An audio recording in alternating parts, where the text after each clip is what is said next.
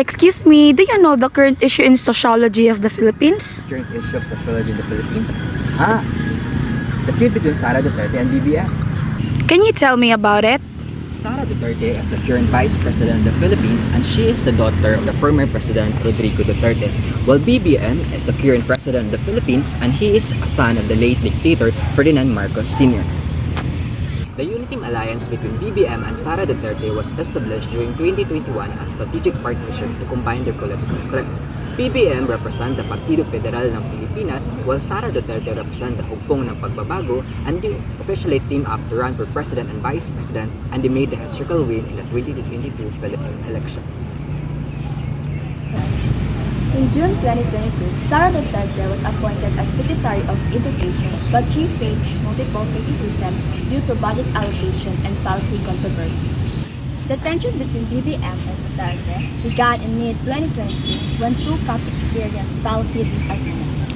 This involved differences in how each side envisioned governance, especially as Duterte's administration focused on education and social welfare, while Marcos prioritized economic reforms and foreign relations.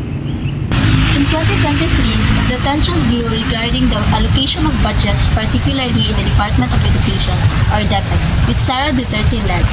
Her administration faced criticism due to lack of transparency in the use of funds, including confidential budgets that were allocated without a clear justification.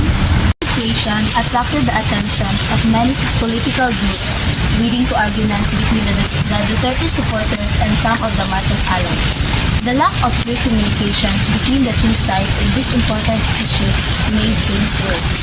Late 2023, personal tensions between Sara Duterte and BBM started to show.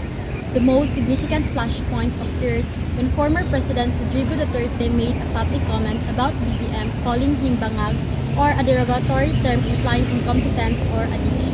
Sara Duterte was seen laughing at the comment, which was perceived as a sign of disrespect towards Marcos. These events significantly worsened relations between the two camps. In early 2024, Sara Duterte's resignation from her political party, the Lakas CMD, showed her growing dissatisfaction with the Marcos administration, signaling that the Uniteam Alliance was no longer strong or genuine. The tension increased in April 2024 when Sara Duterte was seen laughing at the remarks made by her father, Rodrigo Duterte, about BBM, which led to the criticism for the First Lady Liza Araneta Marcos. This exposed the strained relationship between the Duterte and Marcos family. By June 2024, Sara Duterte formally resigned from her role as the Secretary of Education, making it clear that she was distancing herself with the Marcos administration and the political partnership between the two families ended. The tension between Sara Duterte and BBM led to a growing instability in the government. Their difference in their government style, especially in budget allocation, caused a rift in their administration. This event weakened the strength of the Uniteam Alliance, which was formed initially to show a united front.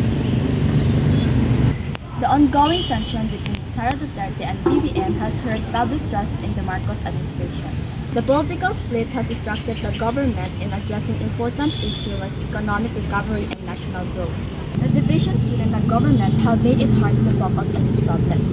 The instability has overshadowed the administration's success. While Sara Duterte has been building her own political support, she is creating a path for her future goals, which may lead her to separate herself from the Marcos family and form her own political identity. The tensions between Sara Duterte and BBM has caused a long-term problems in their political relationship. It has created a broken political situation and weakened the stability of Marcos' administration. The rift has split important supporters, leaving both Sara Duterte and BBM follow their own political goals. The division has made it harder for them to work together and cause instability in their government. As of late 2024, the tension between Sara Duterte and President Bongbong Marcos has significantly impacted their political relationship, with both leaders now pursuing different political paths.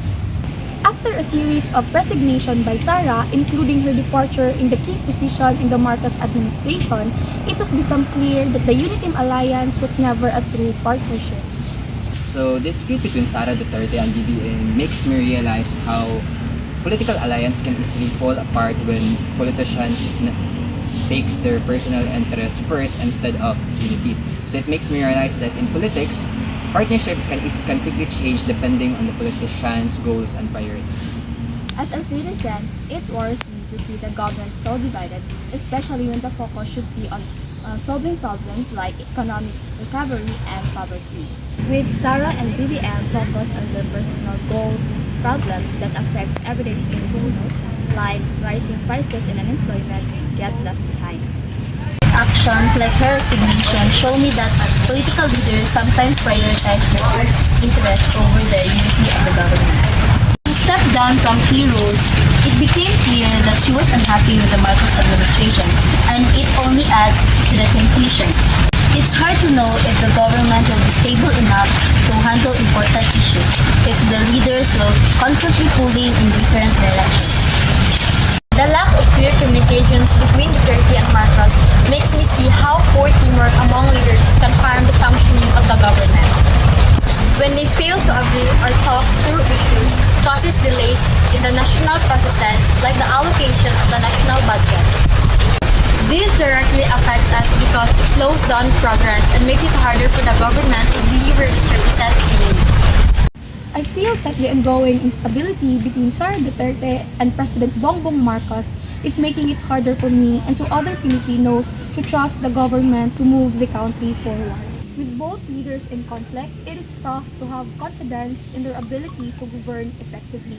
When there's no unity, it is even more difficult to solve pressing national problems like unemployment and poverty.